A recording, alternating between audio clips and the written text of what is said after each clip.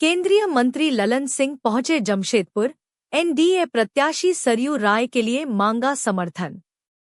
झारखंड के राजनीतिक पटल पर चाणक्य कहे जाने वाले सरयू राय का साथ देने और वोट देने की अपील करने जमशेदपुर पश्चिम पहुंचे केंद्रीय मंत्री ललन सिंह।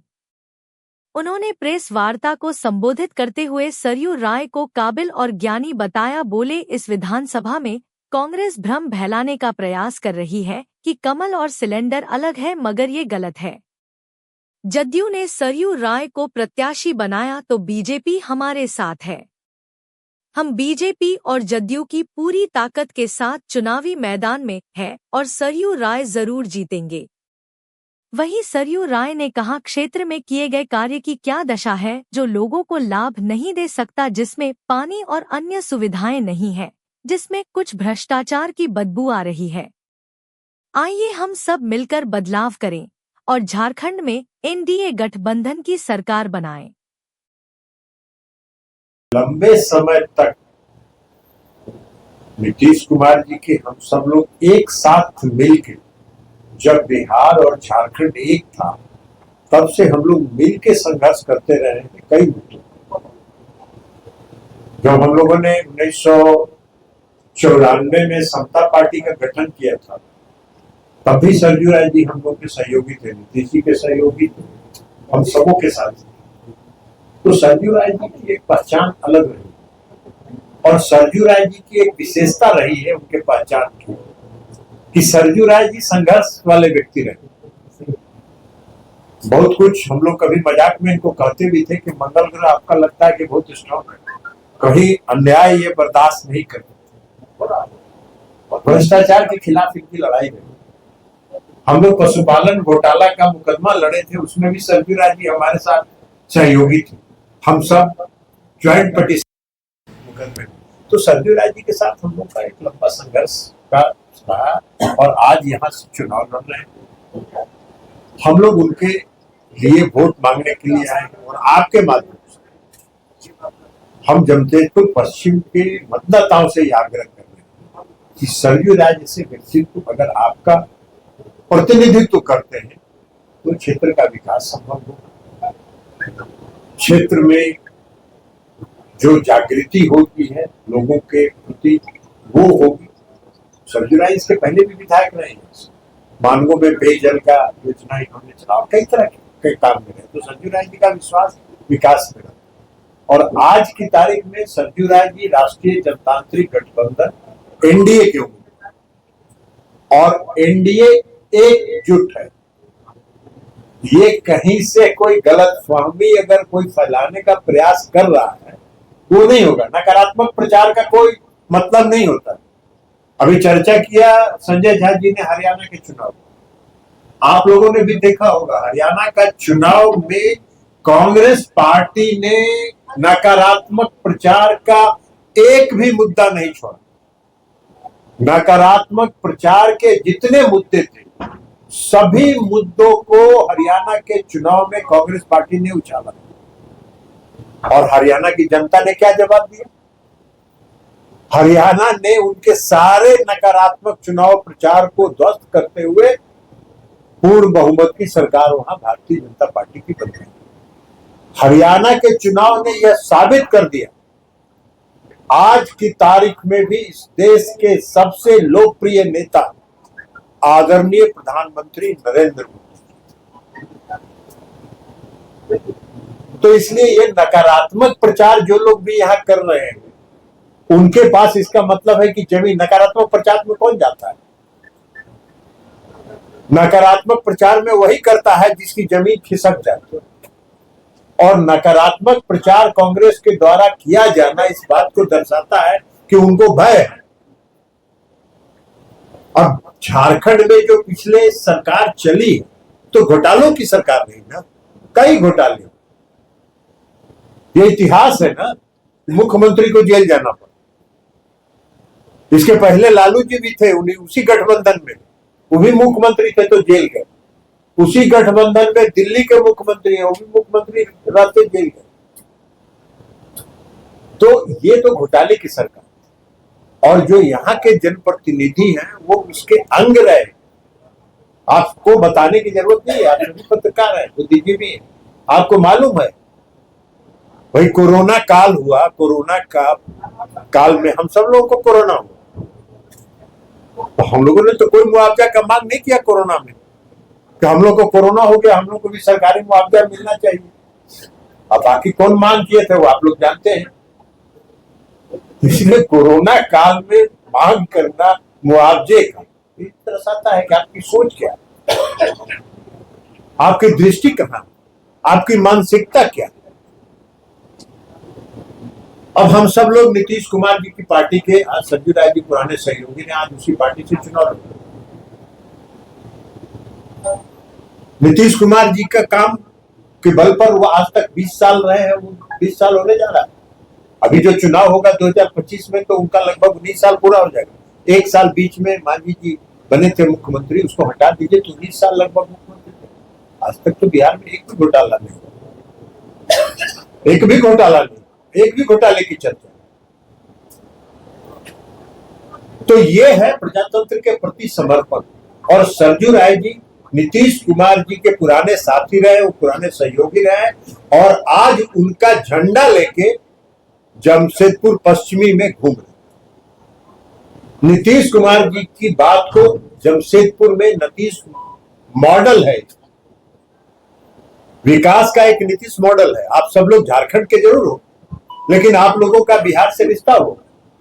पिछले 19 साल में नीतीश कुमार जी ने बिहार में जो परिवर्तन किया, बिहार में जो बदलाव हुआ, हर क्षेत्र में, सड़क हो, बिजली हो, कानून व्यवस्था, हर क्षेत्र में जो बदलाव हुआ, हर घर बिजली पहुंचाना, 22 घंटा बिजली, तो नीतीश मॉडल है एक शासन, एक सुशासन का मॉडल नीतीश कुमार जी ने स्थापित किया। और उस नीतीश मॉडल को लेके और आदरणीय प्रधानमंत्री नरेंद्र मोदी जी के संकल्प को झारखंड की धरती पर और जमशेदपुर पश्चिम के धरातल पर उतारने के लिए उनका झंडा लेके सरजू राय जी घूम रहे हैं। हम सब लोग पूर्णतः आश्वस्त हैं कि सरजू राय जी यहां अपार बहुमत से पिछले सारे रिकॉर्ड को तोड़ते हुए जीतेंगे। और तमाड़ में हम लोग चुनाव लड़ रहे हैं, तमाड़ विधानसभा क्षेत्र में भी अभी हम लोग घूमते हुए आ रहे हैं, तमाड़ विधानसभा भी हम लोग जीतेंगे और पूर्ण बहुमत से एनडीए की सरकार फिर से झारखंड में बनेगी। झारखंड में भ्रष्टाचार का राज समाप्त होगा, जो यहां बोलबाला है वो बोलबाला समाप्त होगा और झारखंड में भी फिर एनडीए की सरकार बनेगी। हम लोग पूर्णतः आश्वस्त हैं और आप सब लोग चुनाव परिणाम के दिन इंतजार करिए। चुनाव परिणाम हरियाणा में सारा जो आकलन था, किसका क्या आकलन था, मीडिया से लेके सारे लोगों का जो एग्जिट पोल था, सबका आकलन था। कोई क्लोज कंटेस्ट कह रहा था, कोई कह रहा था कि कांग्रेस की सरकार बन गई वहां भाजपा की अकेले सरकार। तो जनता जो है, जनता का पता नहीं चलता है, जनता के मूड में जो रहता है। और जनता आजकल कोई बोलती उलती नहीं है।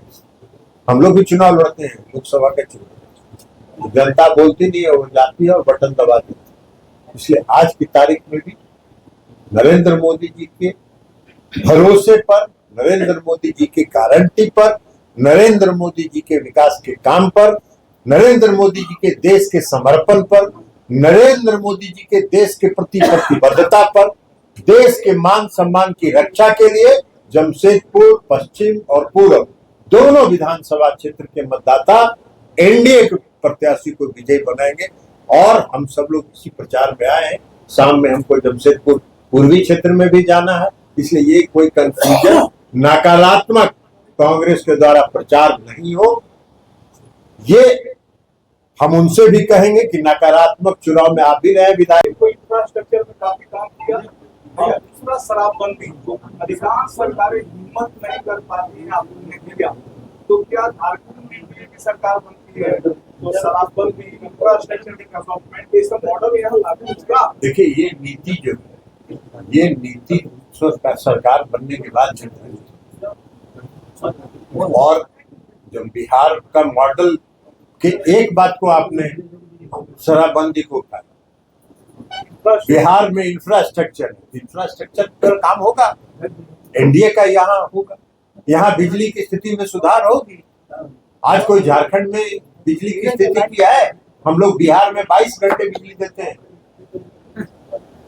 और बिजली का उत्पादन बिहार में मिनिमम है, उसके बावजूद हम बिजली खरीद के भी देते हैं, इसलिए कि बिहार के मुख्यमंत्री नीतीश कुमार जी का मानना है कि बिहार में अगर बिजली उत्पादन कम हो रहा है तो बिहार के लोगों का इसमें दोष नहीं है, पूर्ववर्ती सरकारों का दोष है।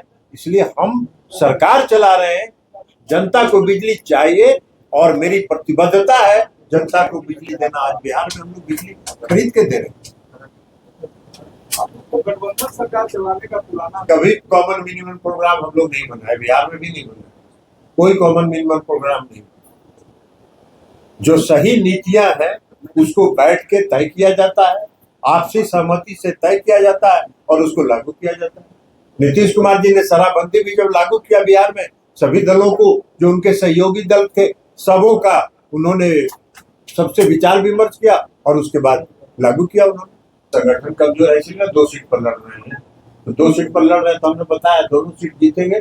चुनाव परिणाम देख लीजिए, नीतीश जी तो बिहार में भी उपचुनाव है,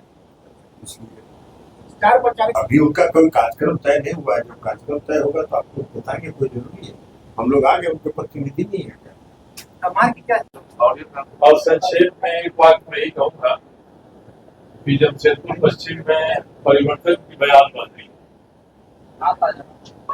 यहाँ के जो प्रतिनिधि हैं उन्होंने आतंक और भय का वातावरण कायम करके रखा है। इसके खिलाफ लोग कह रहे हैं कि ठीक है, उनके सामने नहीं आएंगे, उनके साथ भले भी करेंगे 3-4 सिलेंडर छात्र। और वो अपनी उपलब्धियां होर्डिंग लगा दो गिना रहे। एक उन्होंने 500 बेड का हॉस्पिटल बनवा दिया और एक फ्लाईओवर बनवा दिया। 2 के अलावा तीसरा कोई काम नहीं गिना रहे। जो हॉस्पिटल बना 500 बेड का, उसकी स्थिति यह है कि वो शुरुआत उसकी हुई थी जब इसके पहले एनडीए की सरकार थी, उसमें शुरुआत हुई। एलएनडी ने काम करके दे दिया, मगर अस्पताल कहां से पानी आएगा इसका कोई प्रावधान नहीं है और बिना पानी के कोई अस्पताल तो नहीं चलेगा। 3 लाख लीटर रोजाना पानी चाहिए, पानी का इन्होंने प्रावधान नहीं किया। जो फ्लाईओवर बन रहा है स्वर्णरेखा नदी पर ही, मेरे पूर्वी विधानसभा क्षेत्र में लीटी चौक से स्वर्णरेखा पर पुल बन रहा है, वहां से 4 किलोमीटर 4 लेन सड़क बन रही है, NH-33 तक भिलाई पहाड़ी में जाएगी। उसका शिलान्यास हो गया, सब हो गया, उस पर खर्च आ रहा है केवल 40 करोड़ रुपए। और वन्ना गुप्ता जी जो फ्लाईओवर बनवा रहे हैं, उन्होंने अपने ही कहा कि इसका खर्च आ रहा है 471 करोड़ रुपए। तो अब देख लीजिए, एक ही नदी पर पुल है, उसी नदी पर फ्लाईओवर है, 40 करोड़ 471 करोड़ की तुलना करिए तो मैं तो इस नतीजे पर पहुंचा हूं कि बहुत बड़ा एस्टीमेट घोटाला है और डिजाइन घोटाला भी है, जिसमें जानबूझकर इसका दाम बढ़ाया गया है। तीसरा, यहाँ मानगो में पेयजल परियोजना मेरी पहल पर आई, मानगो पेयजल परियोजना, पावर ग्रिड मेरी पहल पर स्थापित हुआ। आज यहाँ के अधिकांश बस्तियों में पीने का पानी योजना से नहीं मिल रहा है। इसके बारे में मंत्री कांग्रेस सभी चुप है। बिजली की हालत है कि केबलिंग हो गई है मेन रोड पर, गली में जाइए तो नंगे तार वैसे ही झूल रहे हैं। तो 5 वर्षों में मैंने महसूस किया है कि जितना हम छोड़ कर गए थे पूर्वी में 5 साल पहले, उससे भी बदतर स्थिति जन सुविधाओं की और इंफ्रास्ट्रक्चर की इस क्षेत्र में हो गई है। इनकी एक और उपलब्धि है कि इसी 5 साल में इन्होंने बहरागोड़ा में एक बड़ा फार्म हाउस बनवा लिया है। कोई कहता 80 एकड़ का है, कोई कहता 150 एकड़ का है, लोग अंदाजा लगा रहे हैं। और रांची जमशेदपुर के पटमदा और जमशेदपुर की सीमा पर भी एक बड़ा फार्म हाउस इनके परिवार ने बना लिया है। तो यही उपलब्धि है, ये बड़े काम में व्यस्त रहे हैं, जन सुविधा का काम पर इनका कोई ध्यान नहीं रहा है, इसलिए जनता परेशान है। और लोगों को डराना धमकाना। बस्तियों में छोटे छोटे क्रिमिनल को खड़ा करके बस्ती वालों को ये डरा रहे हैं। और जो बड़े व्यवसायी हैं उनको भी विवश करते हैं कि 2-2.5 महीने में एक बार वो हाजिरी लगाए और हाजिरी के लिए जाएं तो खाली हाथ नहीं जाए। तो सबसे संभ्रांत वर्ग भी परेशान है, बस्तियों के लोग भी परेशान हैं। इसलिए सभी ने मन बना लिया है कि इस बार हम बदलाव करेंगे। इसलिए जमशेदपुर मांगे परिवर्तन और चुपचाप से लीडर छाप जय यहाँ का नारा है।